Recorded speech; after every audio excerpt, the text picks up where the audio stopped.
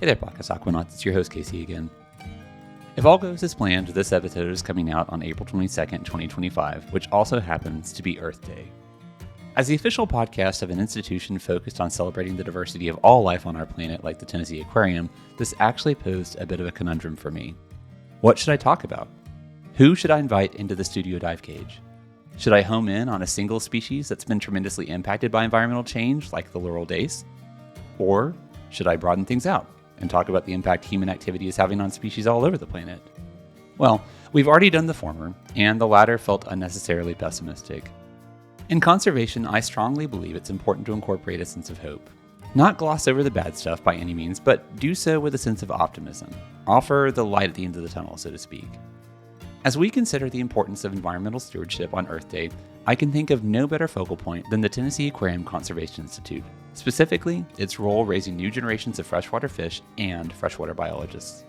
So much of conservation work has to be considered from a wide angle and on timescales that often eclipse those of a single lifetime. For many of the species that so desperately need our help, one generation of scientists just won't cut it. There need to be new hands to carry the load as researchers retire, which makes places like our Conservation Institute so important.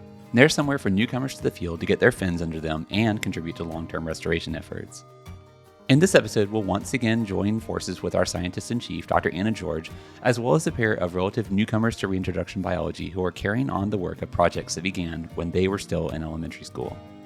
Hopefully by the time we're done, you'll feel inspired by the work they're doing and maybe, just maybe, end with a sense that our natural resources are being passed from one set of good hands to another. Now, on with the podcast.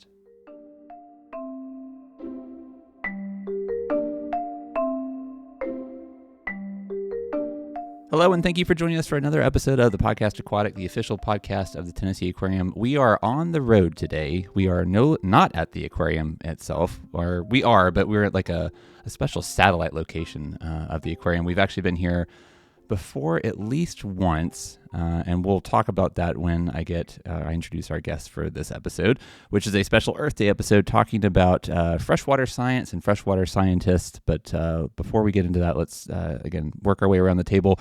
To my left, I don't know why I always do this, no one cares but me, is Dr. Anna George, the Vice President of Conservation Science and Education and a very frequent podcast guest. I think at this point you've maybe been on more than anybody else, Anna. Yes, it's just so much fun. I keep coming back.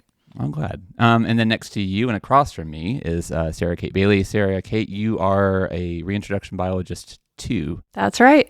All right. And then next to you and also across from me is Teresa Israel. Teresa, you are a reintroduction biologist too as well. Yes, I am. All right. And I brought the three of you in the room because I don't know. I want to talk about freshwater science from the perspective of people who've been doing it for a while and the people who are relatively new to the field, because it's a very interesting field, one that obviously is very important to us here at the aquarium and even more important here at the Conservation Institute. So let's begin with definitions. So Teresa and Sarah Kate, what exactly does a reintroduction biologist do?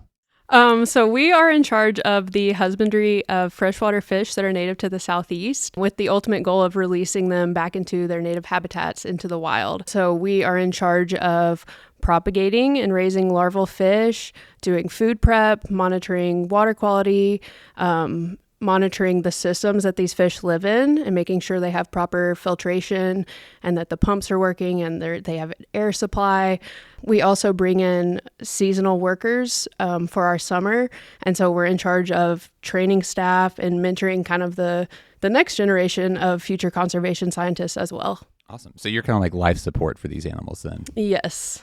Okay. Anything to add to that, Teresa? I think she covered it. Okay. Do you have anything to add to that, Anna? Just that the work they do is incredibly important and they're glossing over that. So these are animals that are endangered and in some cases are not even found in the Southeast anymore, but there are still populations elsewhere. And so our goal is really to look out for habitats that have been restored where animals have been lost and then do what we can to restore animals back into those habitats as well. And that's the reintroduction part. We are taking animals from one area and then trying to raise them and release them into areas where they used to be found, but no longer are found. So let's not leave Anna out. Anna, you've been on this podcast again at this point like 4 times, I think. And what is it exactly does your role entail? So you're Vice President of Conservation Science and Education. That's feels like a real umbrella term. It's a big title, isn't it? Some days I feel like I'm still trying to figure out what my role entails.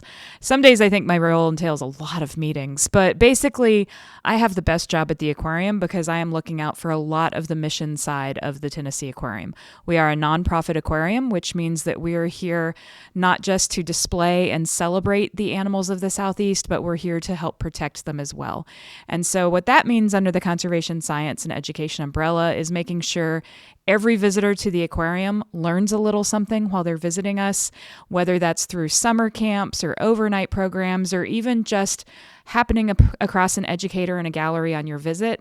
We want to make sure that everyone has the opportunity to take their visit a little bit farther and dive a little bit more into the work that goes on here. On the conservation side of things, that means that we have a mission to protect these incredible streams and rivers in the southeastern United States and the incredibly diverse aquatic life that lives in them.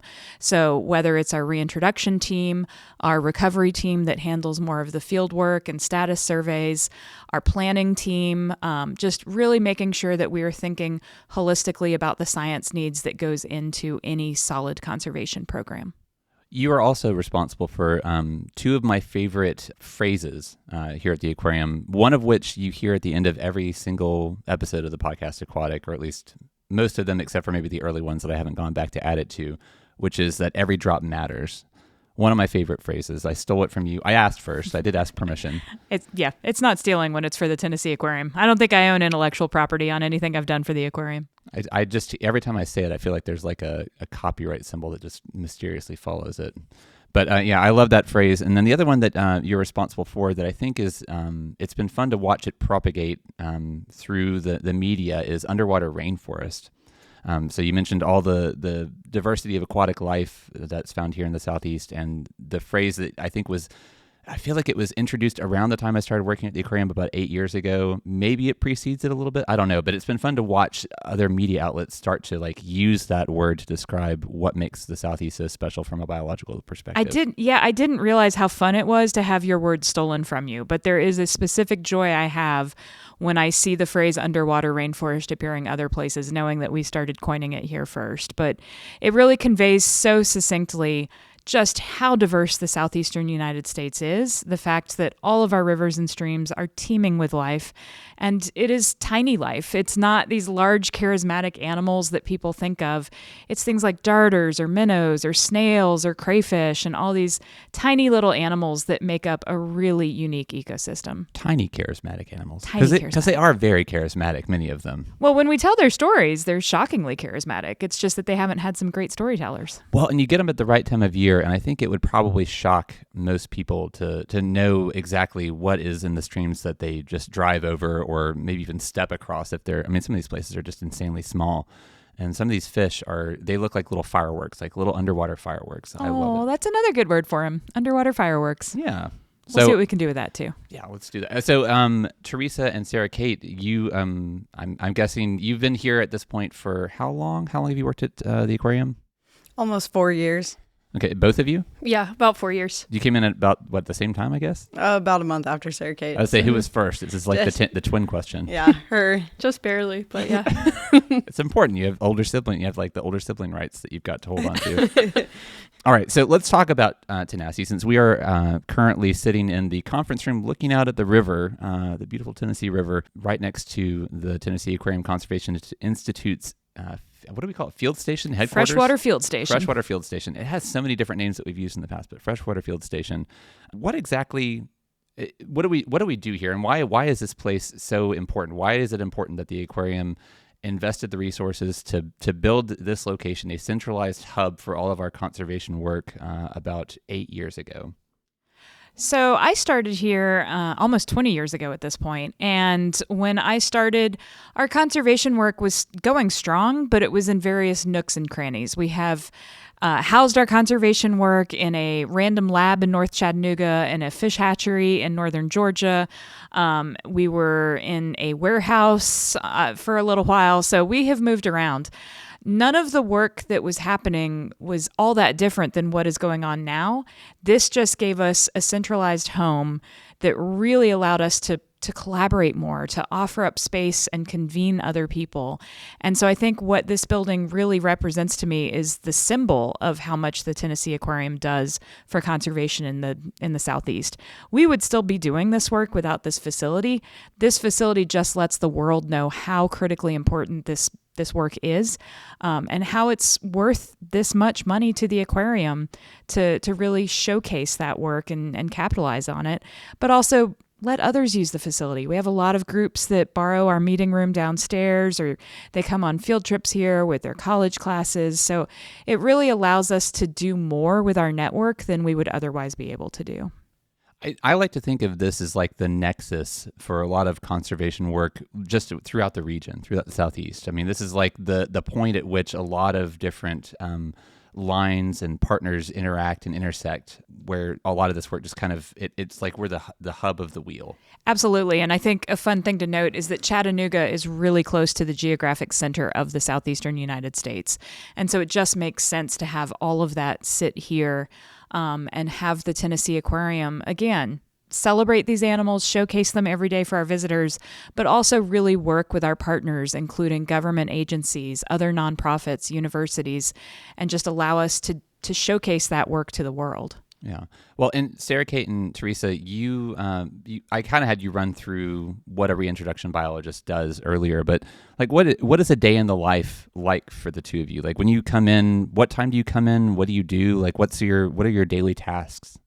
We come in about 8:30 every morning, 8 in the summer because we have lake sturgeon. So that is very hard question to answer because it varies so much throughout the year. So in the summer, we have our lake sturgeon project going on, and that is our busiest season. We almost double our staff in the propagation room, and we have just a lot of people coming in, and we have to come in early and start chopping because we have tiny baby lake sturgeon that need fed as soon as possible. Is that we are not chopping the baby lake sturgeon? No. Chopping food. Chopping frozen bloodworms.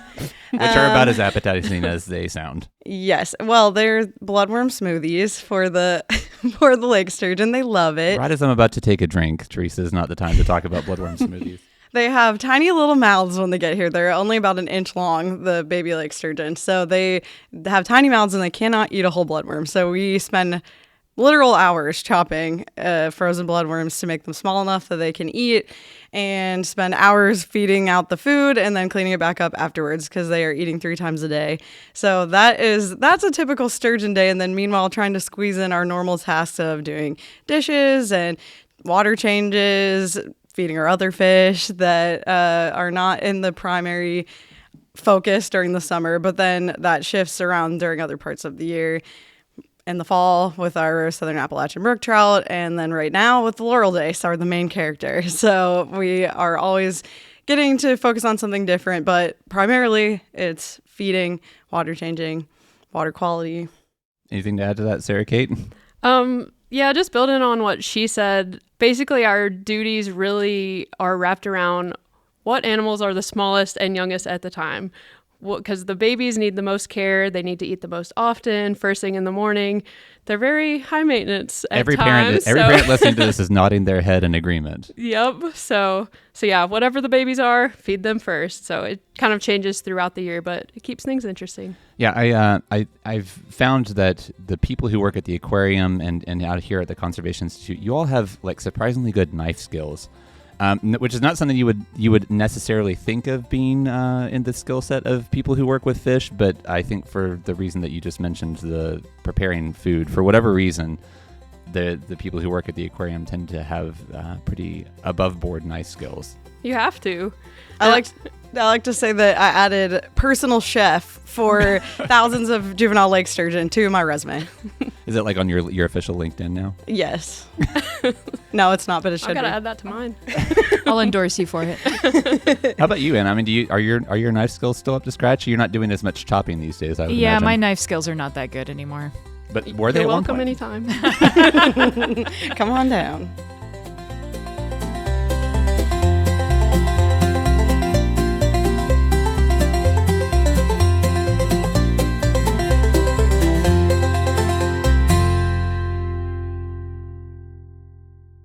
always love to kind of tease out the varied paths that people take to working at the aquarium, because the people who listen to this, if they aren't already working at an aquarium themselves, I find that a lot of people who listen actually do work at zoos or aquariums. But if they're just fans of the aquarium, they might wonder, like, how can I get a job there? So what did you go to school to study? Where did you study? And what were you doing maybe before you worked here? Looking at you, Teresa. I studied biology for my undergraduate degree at Penn State with a focus in ecology and an environmental studies minor. And I'm from Pennsylvania, so I went to Penn State. And then I went for my master's degree right after my undergraduate, and I studied environmental management and sustainability. And I did that at University of Malta. So I actually traveled to Malta for a year. It was an accelerated master, so we did it in just a year. And that was also through James Madison University. It's a joint program. So it was a really cool experience to get to see another culture and how they're handling different problems with the environment. And then when I got back, I worked for Department of Environmental Protection in Pennsylvania for a year and a half. And then we moved to Chattanooga, and I found myself at the aquarium. Awesome. And then Sarah Kate, what was your story? So I went to college at UT Knoxville, and really I wasn't one of those people who always knew what I wanted to do. You know, I always had a love for the outdoors and nature and animals, but I didn't really know how that would really define my future, I guess. So while I was at UT, I found the wildlife and fishery science major, which is what I ended up doing. And there were so many hands-on classes where we got to be outside and seining for fish and looking at just the biodiversity of the Southeast and learning about the ecology. And it really grew my interest in freshwater fish and just animals and nature in general. Like, it really just grew my interest. And toward the end of college, I started working as an educator at one of the aquariums nearby. And then after I graduated, I got my diving certification and then became an aquarist, and kind of also grew my love for other animals as well. Marine animals, terrestrial animals, and also freshwater. I kind of got to do a lot of different things. A little bit of everything. But ultimately, I did want to work in conservation, so I'd always had my eye on the Conservation Institute here. And here you are. I'm rambling. No, it's yes, okay. Here I am. Anna, I mean, I feel like we maybe have touched on this before, but I mean, what was your entrance into the scientific field, and then specifically, how did you end up here at the aquarium? So in some ways, the exact opposite of Sarah Kate, in that I always knew I loved fish and was going to study them. So I think I first got sent to sea camp in middle school. That's how bad it was. I went to college at the University of Virginia, majored in biology. Pretty sure I declared my major the moment I walked through the doors because I wanted to take as many biology classes as possible. But I was very fortunate that I was also able to study in the Bahamas and in Australia during that time period, because I was really focused at the time on marine biology. I was going to dive and study reef fish, and was really focused on both rainforests and reefs. I mean, I thought that was the mecca for biodiversity, and that's where I was going to go. And it really wasn't until I started taking some courses at the Mountain Lake Biological Station in Southwest Virginia that I realized just how much there was in the Southeast. And then an ichthyology class, and then a conservation biology class. And I suddenly found myself thinking, why are we spending all this time telling other countries how they should conserve their biodiversity when we haven't done a great job of it ourselves? So with that, I headed off to grad school at the University of Alabama, finished my degree at St. Louis University because I followed my advisor when he got a new job in St. Louis. And that was honestly the best move that could have happened for me. I started working at the St. Louis Zoo while I was in graduate school teaching there. And it really opened my eyes to how important informal science education institutions are, like the zoo, like the aquarium. And so that's what brought me on a path to the Tennessee Aquarium, is that I loved the fact that, unlike in academia, where I was studying problems and publishing them in scientific articles that about 20 people read, if I came to the Tennessee Aquarium and did those studies and talked about them to the world, we had 750,000 visitors a year who had a chance to encounter that information. So I was very focused on marine biology, but once I realized just how much diversity lives in rivers and streams, I was completely sold on freshwater. Well, yeah, let's talk about that because I just get the impression from conversations I've had here, on the way to sites out in the field in the middle of nowhere, that there is a real dearth of focus and resources directed toward freshwater science and freshwater studies. And if I'm mischaracterizing that, please let me know. No, absolutely not. Why I'm is feeling a that? little guilty. I'm sitting here wearing a blue whale sweatshirt today, but it's fine. Well, it's really a Museum of Natural History. It is. sweatshirt. It's the American Museum of Natural History. They have an incredible blue whale. Not alive, of course. So yeah, it's freshwater is one of those resources that unfortunately we've taken for granted, even though it's completely critical for all of us to have clean water, but it's also very critical for life on Earth to have access to clean water. An incredible amount of biodiversity lives in rivers and streams. And as to the question as to why aren't more people aware of this, the answer is, I don't know, but I blame Jacques Cousteau. Mm-hmm. I'm not sure that's fair because, of course, he did an amazing job showcasing the ocean for us, but we never really had the Jacques Cousteau of fresh water until recently. We see some groups really trying to showcase what's going on beneath the surface of rivers, streams, and lakes. We should throw a shout out to Freshwaters Illustrated right now because that's exactly who I'm thinking of. I love their work. Yes. Look them up. We all love their work. So we were missing the Jacques Cousteau, but I also am going to point a finger to Hollywood and blame Baywatch, I think, that we had generations of kids who grew up watching these shows that were produced in California on the beach. And of course, that makes it seem pretty attractive to learn more about the ocean. Oh, we could blame Jaws too. There's all sorts of pop culture references. I blame Jaws for a lot of things. There's all sorts of pop culture references involving the ocean, and we just haven't had those for rivers and streams. And so I think for whatever reason, the science lags behind because it's not quite as much in people's collective imaginations that this is a world we can explore. So, Sarah, Kate, and Teresa, was when you were talking about how you became involved in science, at what point did freshwater become the ideal for you or the focus for you? When did you say that you kind of fell into that orbit? It was really actually the work here at the Tennessee Aquarium that did it for me. I have always, growing up in Pennsylvania, we spent a lot of time in nature and at the stream. I had a stay-at-home dad, and he was a big fisherman. So the story goes that he used to take me in my car seat and set me on the edge of the river while he went fishing. So freshwater fish have always been in my life. But when I went to grad school, I actually thought I wanted to study renewable energy. Specifically, wind energy was my focus.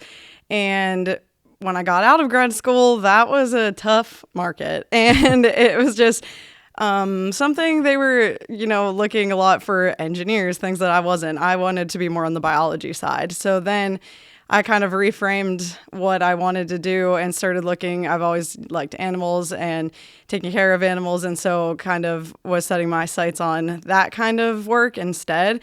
And when we moved to Chattanooga, it was just so obvious because I had been to the Tennessee Aquarium in Chattanooga before. I have some family here, so we had visited and thought it was really great. But after we moved here and I started seeing things from the Conservation Institute, I'm like, wow, that is amazing. How do I get their job? And then, eventually I did. So it was the work that Anna and Meredith Harris before me was doing that sparked my interest in it. And Sarah Kate, it was a little bit later for you that you kind of fell into the freshwater sphere? I would say when I was in college studying wildlife and fishery science, I took a stream ecology class. And that kind of changed my whole future, I'll say. We went snorkeling in that class, and most people don't really think about snorkeling in freshwater streams. I certainly didn't before working Exactly, here. But I really encourage everyone to do that. When I first went snorkeling in a freshwater stream, I just saw so much biodiversity that I didn't know existed there, and it was incredible. It really, really changed my future and got me super interested. Yeah, I remember the first time I went, I think the usual place that we tend to go at the aquarium when new people join the aquarium and they get to go on a field trip out to do what you're talking about, to snorkel. It's usually the Conasauga is the snorkeling hole. And I remember the first time I got to go out and stick my head underwater in the Conasauga and just being kind of blown away, like you said, by the beautiful Alabama shiners, and there were bullfrog tadpoles swimming around everywhere and crayfish all over the place and salamanders up on the banks. It really is, And I grew up here. Like this was home for me from the day I was born, was East Tennessee, up near Knoxville. But I mean, to grow up in the middle of it and have no idea that it exists, it's like, can you imagine being, we call it an underwater rainforest. Can you imagine being in the Amazon and not being aware that you're surrounded by an amazing biodiversity there? It's like, how can it be invisible to so many of us? And yet it wouldn't be for someone down in South America. It's also funny to me. We've talked about freshwater snorkeling to marine biologists, and they're like, "Wait, you can snorkel in a river?" And I'm like, "I mean, it's water, right? Like, come on, friends." And it's just one of those activities that, for whatever reason, it didn't strike people as a thing they could do. And I think it unfortunately says something about the water quality we've come to expect as standard, that we've come to think, fresh water, it's not clean, or it's not clear enough. That's not a place where I'm going to go snorkeling. And that's simply because people aren't familiar with some of these crystal clear mountain rivers and streams that we have in the Appalachians, and just how incredible the visibility is and how many different animals you're going to see if you're there. Yeah, we were out earlier this week. You mentioned the Laurel Dace, and at the time of recording, at least, we're only a couple of days past when we got to reintroduce some of the Laurel Dace that we rescued from drought-ravaged streams last year. And the video that I made from that trip, just sticking my phone under the water in a waterproof case, it's incredible. I mean, the water looks like you're like off the Great Barrier Reef. It's just that clear. It's beautiful water. And I want to emphasize the point that it rained 3 inches 2 days before we shot that video. And so this really showcases why we talk about forested buffers all the time, is that when we have a healthy forest surrounding water, the rainstorms like that don't impact the clarity of the stream. So we can have big rain events and clear water if we have a healthy watershed. Yeah, the dirt stays where it belongs. Dirt stays where it should, on land, where it's useful.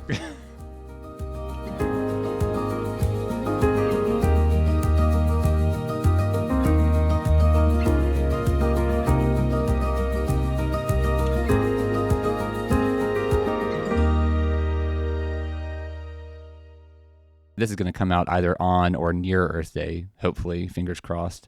He'll cut that part out. No, I'm going to leave it in.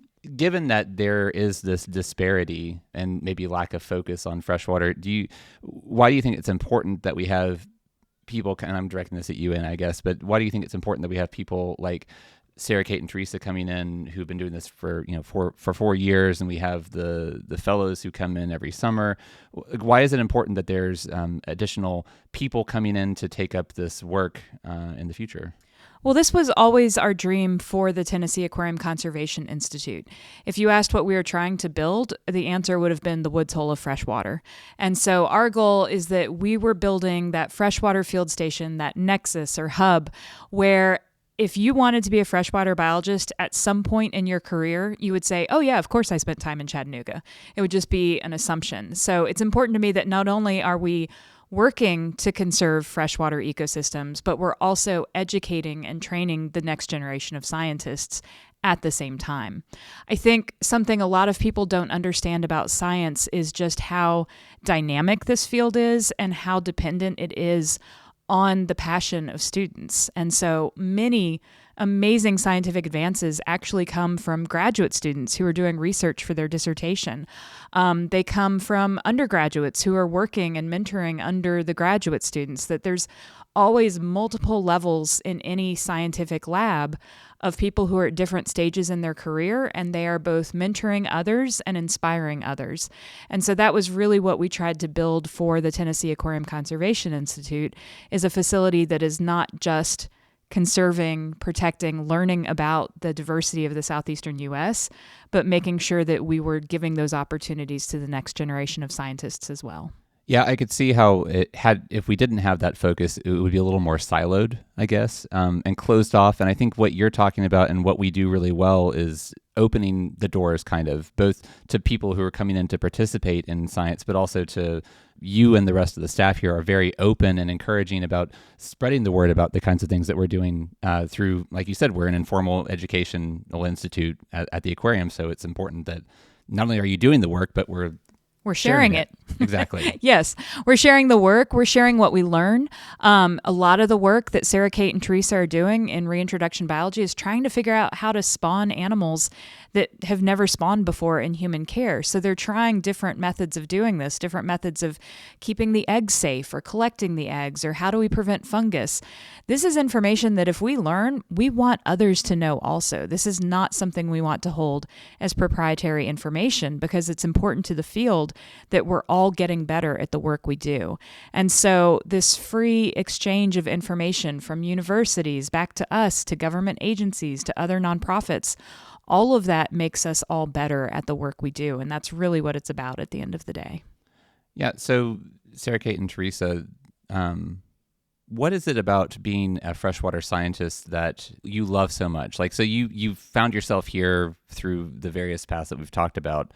What do you love about being a scientist, but very specifically being a scientist focused on freshwater? I would say ultimately, I just love the animals, and I love being able to play a part in promoting the biodiversity of the Southeast. We put a lot of work into raising the animals we have here, and it's always just an incredible day when we get to release them back into the wild. And it's just really cool to be a part of that conservation story for all these different species. Yeah, I agree with that for sure. The release days are always so exciting, but just learning so much about these species, like Anna was saying, a lot of it is such a learning curve that we don't have a ton of information. You can't just Google, how do I spawn a laurel dace, So we are learning so much about these fish. And so just seeing how they behave every day in our care versus what we've seen of them in their natural habitat is so interesting. And I also love working with these students every summer and, new professionals in the field, even newer than me, and getting to share like what I've learned in the last 4 years, because I've learned so much, and being able to see what they do when they leave here as well. And it's been interesting now getting to this point of having a few summers of staff that we've trained that we're seeing them call us to ask for advice on how to set up their tanks and things they're doing in grad school and different things like that. That's been really rewarding for me. Yeah, we were out not too long ago doing, surveying for tri-spot darters, which are a beautiful, beautiful, beautiful darter found in North Georgia. Is it throughout the Conasauga River system? It's through the Upper Coosa. Coosa. Yeah. Georgia, Alabama, Tennessee. Yeah. They're a little firework is what you're looking for. They are beautiful, beautiful animals. But the thing that stands out to me from that that's relevant to what you were just talking about is that we ran across Kaylee, who now was a former fellow, or what was her role here? She was a reintroduction assistant. She became a field technician with the Tri-Spot Darter crew. Yeah, and now she's gotten hired by the Georgia Department of Natural Resources. Yeah, so I guess once you're in the community, it's probably is it a fairly small community? You all kind of know each other within? It's a fairly small community. If we don't know each other directly, there's probably only 1 degree of separation between us. So yeah. I did have the opportunity to go out with the Tri-Spot field crew this year as well, and it was such a full circle moment to see Kaylee. And when we were leaving I went twice, and the second day we were leaving, and I was like, it's just so nice. It's like that was her dream, and to be able to see her out there and just having the best time was really great. Yeah, the opportunities that you all have to go out in the field. You mentioned like the day-to-day is the cutting up bloodworms, et cetera, but you really get opportunities to do things in this field that I think would probably shock people, or at least they would say, that's a really interesting way to spend an afternoon. Like, what's your favorite field moment that you've gotten to do in the course of your duties here? My favorite was probably collecting the tangerine darters that we brought in to propagate, because what you guys were talking about with the freshwater snorkeling and just how uncommon it is. That was my first opportunity to do that. And just, I think when they told me like, oh, we're going to snorkel to collect these fish, I was like, you're lying. Like that's crazy. And I just hadn't had any frame of reference for that at all. And then just getting in there, and it was so beautiful. And those fish are so cool, and they're so they have so much personality, and they just were wanting to swim right up to us and be like, hey, what are you guys doing? They're water puppies. Yes, water puppies. They're so cute. And that was a really, really cool experience for me, and just really dive head first into that world in the Tellico River was really awesome. Yeah, we were fortunate enough to be out with you on at least one of those excursions, and I think we made a video of it. So I'll have to remember to add that to the show notes so that people can see what we're talking about, because you're not just snorkeling, you're like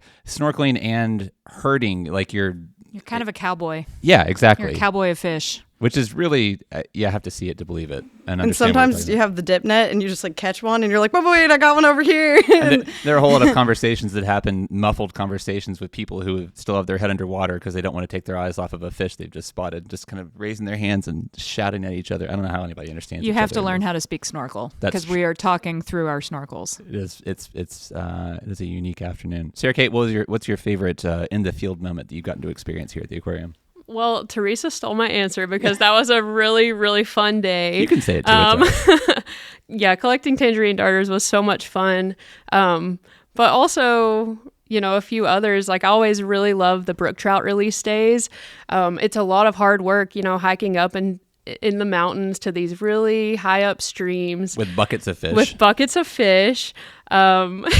It can be pretty strenuous, but it's so worth it. It's so beautiful out there, and it's cool to be able to raise the fish here, and we're seeing them in their tanks. They have a good habitat here as well, but to see their natural habitat and the forest surrounding these beautiful streams, it's always just a really, really cool and exciting day. I love those moments for you because I feel like that's the full circle moment, right? Like Absolutely. You've seen them in some cases. I mean, the brook trout, I guess, literally you've seen them from egg to a releasable, survivable size. Yep. And so you kind of taken them from the clinical setting of here at the aquarium and the runs all the way to where they belong. Yeah, we see their development the whole way, and then they finally get to go out into the wild and fulfill their role in the ecosystem.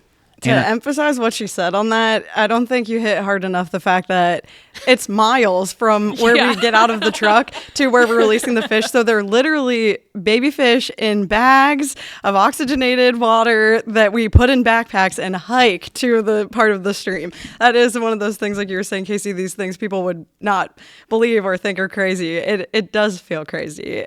And especially like in the moment, and we've gone out on those releases with you, and sometimes we offer to carry fish, and sometimes we say that we can't because we have cameras in our hand. Which that's not an excuse; it's true. But yeah, you look at a day where you walk around and you're hot and you're sweaty and you're tired and you've probably brushed up against more nettles than you care to think about, and you wonder how many ticks you have and where the poison ivy managed to make it this time. But yeah, at the end of the day, like it's hard to explain how something that in the moment can actually seem kind of hard and horrible, like just a lot of uncomfortable things about it, and yet at the same time, it's just such a fulfilling experience. And so exciting. It's the anticipation of that day. And we usually have just brought in our summer staff, so they haven't been around for the front end of that. But they're like, wow, I just started and I get to go in the field and help release these brook trout. And it's so exciting. And just, even though it's, hard work and it's hot and all of those things that you said, it's like the energy of the group is what makes it really fun. And it's always beautiful where we're going. So you can't really beat a day of just being out in the woods and those beautiful streams. Yeah, I'm not doing a good job of selling it, but God, I definitely look for it. Those are easily my favorite days at the aquarium. Anna, I don't think I've ever asked you this, but I'm interested to hear what your favorite in the field moment is. They already stole the two obvious answers, right? Like snorkeling and release days. So 20 years, you've got to have something. Okay, well, I'll put a spin on one of them. I love taking new people snorkeling. So people who've never experienced either snorkeling in freshwater or snorkeling at all. Like my favorite days are typically when we can get someone new into a river and they're brave enough to dip their head underwater and you hear shouts of joy immediately through their snorkel. That's always really cool. But my single favorite field day at the aquarium, I'm actually going to go back to a time more than a decade ago when we were sampling for Conasauga log perch on the Conasauga River, and we took our canoes, and I had a brand new whitewater paddleboard, and we went on a 10-mile paddle of the Conasauga River from point to point, and we were stopping and collecting fish along the way. And I remember just kind of standing up on the paddleboard and being able to survey the river from the surface because my point of view was so high. It was just a really freaking cool day. I mean, it was pretty fun. I remember that being a day where I was like, yeah, being a biologist is a really good life. Yeah.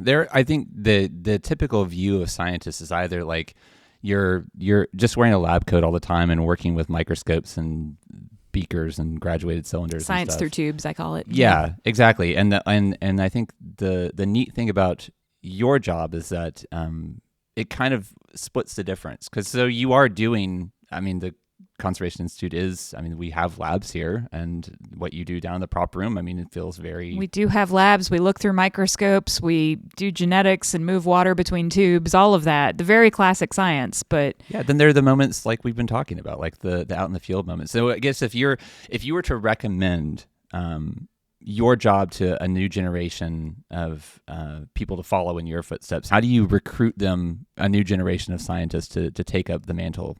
Take them snorkeling, and then what else do you have to say? You know, they're sold on the fish immediately, right? That's what we all said. I think for me, it's that a job is a job. You're always going to have stress, and there's going to be things that are hard and difficult, and that you're always going to have the parts of it that are difficult. But as my granddad said, there's a reason they call it work. Yes, it's work, but when you're out in the field like that, or you bring in juvenile lake sturgeon and you are looking at them and you're like, what a miracle that we have these here. It's those moments where I'm like, I'm getting paid to do this. Like, this is crazy, that I think that is there's so many good moments that make all the hard stuff worth the effort. Yeah. Well, another truism from my grandfather was that if you love what you do, you never work a day in your life. He had a lot of quotes about work, but yeah. And I feel very fortunate that, and I'm sure that it sounds like the same is true with the three of you as well, that you do love your jobs, and if you do love your job, it is, you do not work a day in your life. Yeah, we still work. Did you hear them talk about hiking 3 miles with a bag of fish? To me, I like to emphasize that it's meaningful. So we spend a lot of our waking hours at work. I want that time to be meaningful, and I want to help make, I mean, it's cheesy, right? But it's the Earth Day podcast. I'm trying to help make the Earth a better place, a safer place. And so to me, maybe I don't emphasize the work, but I emphasize the practice of that this is a daily practice. These are things that we do to safeguard our environment for the future. And that's a very meaningful way to spend our time, and that's how I choose to do it.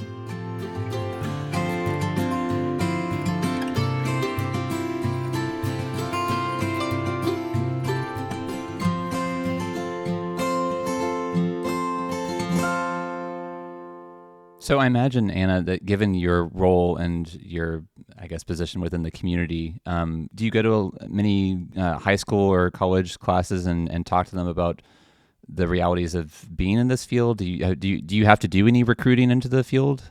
So not just, I mean, I would say the whole aquarium team fans out and tries to cover as many career days as we can, because we want students to know that these jobs are possibilities for them, that whatever they think of as a scientist, there's probably a broader view of that term than what they might know already.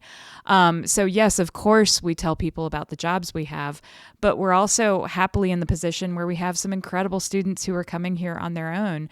We have, people like Teresa, who said she saw the work that was happening. She wanted to come in and experience that herself. So we are in this fortunate spot where, yes, we want to continue to encourage the next generation, but we're also lucky to have so many good applicants for our jobs already. So it's a wonderful position to be in. Well, and I will promote our website as the location for a lot of resources for how to, if you're interested, if you happen to be in school or about to go to school, or recently graduated from school, I guess, and are interested in maybe taking up one of the fellowships that we've mentioned a couple times in this podcast, go to the website, tnaqua.org. I think it's fairly easy to locate the employment portal that also includes the fellowship applications. Yep. The confusing thing is that our fellowships, the lucky thing is that our fellowships are paid, so they are under our employment page. But absolutely follow that for any information on how to find us in the summer and get involved in the field. So the notion of getting the three of you in the room today, in addition to it being an Earth Day podcast, and you all are involved in science and saving southeastern species, which I think very neatly ties into the concept of Earth Day. But I'm very interested and have been ever since I first started working with the Conservation Institute and learned about these programs that we're involved in, like the lake sturgeon or the Barron's top minnow or the southern Appalachian brook trout. All of these are programs that they're very long term. So the lake sturgeon program at this point is 25 years old. The working group is 27 years old. We've been involved in southern Appalachian brook trout since 2012, I think. So that's 13 years. That program has been going on outside of our involvement or direct involvement for decades at this point to restore the southern Appalachian brook trout. So it's interesting to me that you all are working on projects, raising fish and trying to restore a species. And those projects could very easily last, in some cases have decades. They could literally be the sum total of your entire career, could be working on saving this one animal. And I'm curious, I'll look to Teresa and Sarah Kate first. Were you aware in school that was a possibility, that you could be and likely would be working with species potentially in spans of decades? And was that something that was worrisome for you? Did you I don't know. How did that land with you? For me, I'd say it wasn't necessarily a surprise that when I was in undergrad, I did some undergraduate research, and my professor worked on the New Zealand mud snail, which is an invasive species of snail to the Great Lakes and New York and Pennsylvania specifically, probably some other places, but that's where we worked on it. And he had been working on that project for, I think, almost 40 years when he took me on as an undergraduate student. So I guess in my frame of reference, that seemed common, that maybe that is, you would pick something and stick with it. Clearly I did not, because like I said, I didn't come into this specifically, but also the first thing that I saw with the Conservation Institute, I believe, was an article about the lake sturgeon program. So seeing that and seeing how long it had been going on, that was one of the first things that sparked my interest in this field and in the Conservation Institute specifically. So I don't think I didn't take it as a bad thing. And we also came into it at a really great time, because we are getting towards the point of being able to see how successful it has been over the last 20 years or so. So we came into it at an interesting time when we're starting to talk about what's going to happen moving forward. And it's not the same thing that they've been doing. Well, it is right now, but in the near future, possibly things may be changing for the program. So it was an interesting time to walk into that. We'll take just a quick aside there. So the reason why we're at a point now where we potentially could be reaching the next stage of this, or maybe even seeing the finish line, I guess, so to speak, has to do with the natural history of lake sturgeon. So talk a little bit about why 25 years in, we're only just now getting to the point that you mentioned. Like, why is that? Yeah, so because lake sturgeon are such a long-lived species and they don't reach sexual maturity until 20 years-ish, that they are now, we're hoping to see that those fish that were released in the beginning of the program would be spawning on their own out in the Tennessee River. So that is the point at which things would hopefully change and move towards the next phase, rather than just continuing to reintroduce as many fish as possible and keep building that population, that they'd be able to do it on their own. They're self-sustaining at that point. Right. Okay. And Sarah Kate, did it occur to you, did it bother you, the knowledge that you could be entering a field where you could work on with the same animal and still not see like a complete restoration of a species? Like, you could just be passing this off to somebody else in 25 years for them to carry on. I think it just highlights the importance of, getting the next generation of people excited about these projects, because no one can save an endangered species overnight. It does take years and years of effort and lots of different people involved to make these success stories happen. And I don't think it's necessarily something I thought about before I got into this career, but then I got here and it makes so much sense, right? So I think it's really cool to be a part of it, even if maybe I was on the front end of some projects and maybe don't see them all the way to the end. I know that the aquarium is carrying out these projects and making conservation happen and helping these animals. So, Anna, do you have any thoughts about the nature of this work and how I like to say that this conservation science is more of a marathon, less of a sprint? Yeah, absolutely. And actually what we're describing is more of a relay marathon, right? Exactly, because we yes. have different people coming in at different stages of the projects and passing off the baton to someone else. That's a great way to characterize it. And even in the same leg of the project, you may have different runners working on different aspects of the project. Maybe someone is working more with landowners and private lands protection, and someone else is working more directly with the animals like Sarah, Kate, and Teresa do, and someone else is studying them after they've been released to make sure the population is healthy and self-sustaining. So it's certainly a very long relay that we're involved in. Of course, I knew that projects have to happen over years, right? We don't degrade our environment quickly. Well, sometimes we do, but these changes can happen slowly and the recovery can happen slowly. But it is back to what I said. This is a practice. I used to get a little more frustrated at the idea of like, why isn't this fixed already? Why isn't this done? We've been doing lake sturgeon restoration for years. When do I get to work on another program? There is an element of that. I'd be lying if I said there wasn't. But there's also the reminder for me that caretaking and stewardship is just an ongoing task. And that's really what conservation is it's continued stewardship of our natural resources. And that's something that we don't get to ever stop. It is a mission that we have that has no endpoint. It's just the reminder that we will always be here to provide care for natural treasures of Tennessee. And that is the role of the Tennessee Aquarium. And we are proud to have that role.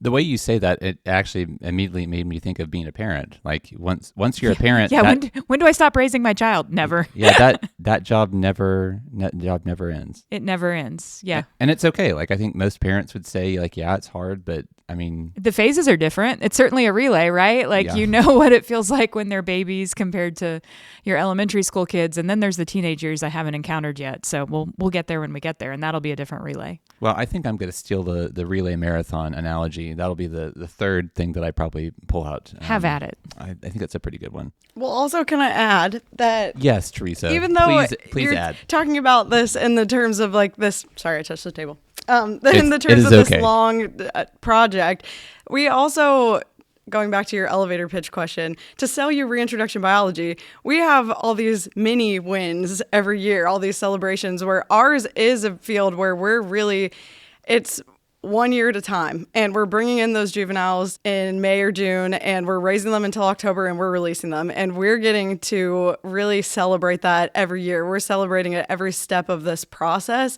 So even though it is a longer, much bigger picture, I think it's really special and important that we can just focus on what we're doing in that moment and in each year class. And it's not really fair for me, I guess, now that I think about this, having already written these questions out, it's not really a fair characterization to say, to focus all of it on just restoring the species, because there are a lot of secondary or ancillary benefits to this work in that not only so to go back to lake sturgeon releases, we do those once a year, sometimes twice a year. And every time that we do those, or most of the times when we do those, we're doing them out in a place where there's natural passersby, or we invite school groups to come and do it. And you have to think about every time that you have those interactions, you're raising awareness not just of that species, but it opens the door to have those conversations like where we've had in this conversation that you're listening to now about the fact that this is one component of this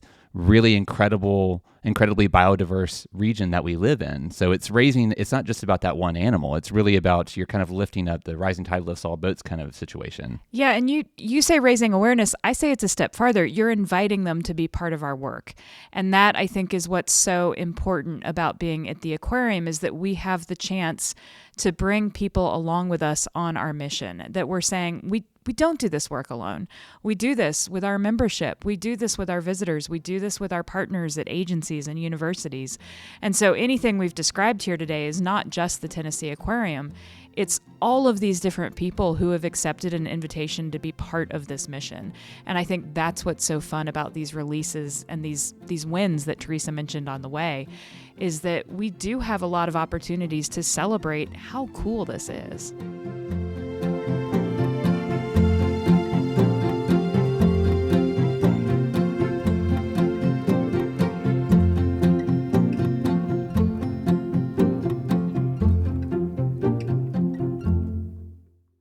So we are rapidly approaching the hour point that I told you we would end this conversation at. So Anna, I just want, and you, Teresa and Sarah Kate, please sound off on this as well. But as you think about the things that we've talked about today, and you consider people like Sarah Kate and Teresa coming into this field, and the fellows that we've talked about, and the diaspora, I guess, of people who have been here who have gone on to work in other organizations, conservation organizations, do you feel confident that that freshwater science is in good hands as we move into the future? I think we have an incredible generation of scientists that are coming up to protect this resource.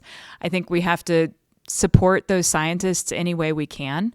So that means giving support to the parts of our community that fund the research of science and how critical that is right now. But I know that there's a lot of passion. I know that we have some incredible storytellers like the Tennessee Aquarium, but also like Freshwater's Illustrated that we mentioned. And I think we have so many students who see possibilities ahead of them that even my generation just 20 years ago didn't imagine were out there for us. So yes, I think we have some incredible advocates for freshwater life that are coming up behind us. Teresa and Sarah Kate, anything to add to that? Yeah, I think we've talked about it here throughout this time, but it does give me hope whenever we bring in the summer staff and just seeing anything they take away from it. And a lot of them have gone on to do different things, but I think even if they are, in a different field, we have one that is studying, I think, English, poetry, what is I think creative writing. Creative writing. But she's still taken these experiences and she can still share our message. She still is actively following our journey here at the Conservation Institute and the Aquarium. I think that we are touching so many lives by just, like Anna said, sharing with the community at releases or through our summer programs, all of these things. So I think that it's the message is spreading, and I think that that's giving hope for the future of conservation. Awesome. Sarah Kate, anything to add? I think they just hit the nail on the head. They covered it all. I guess I'll add just something small that when we do bring this summer staff in, it's a lot of hard work in the summer raising lake sturgeon and caring for all of our other fish here, and we stay busy. But they offer a new perspective and such an excitement that they bring into a stressful situation. And I love to see that, and I hope they continue with that excitement into the future of their careers. Well, I think with that, we can go ahead and wrap up today's, very wide-ranging Earth Day conversation that touched on, a lot of things that I don't know that I even anticipated us covering. But my thanks go out to all three of you, to Dr. Anna George, to Sarah Kate Bailey, and Teresa Israel for coming in and just gabbing about conservation science and what that entails, why it's important, and where we're headed and where we came from. I mean, like I said, very wide-ranging discussion, but I appreciate all of your time, and hopefully the listeners do too. Thanks for having us. Yeah, thanks for having us. All right, and if you have an idea for a future episode of the Podcast Aquatic, send it to podcast@tnaqua.org. And until next time, remember, Anna, you want to join me on this? Every drop matters.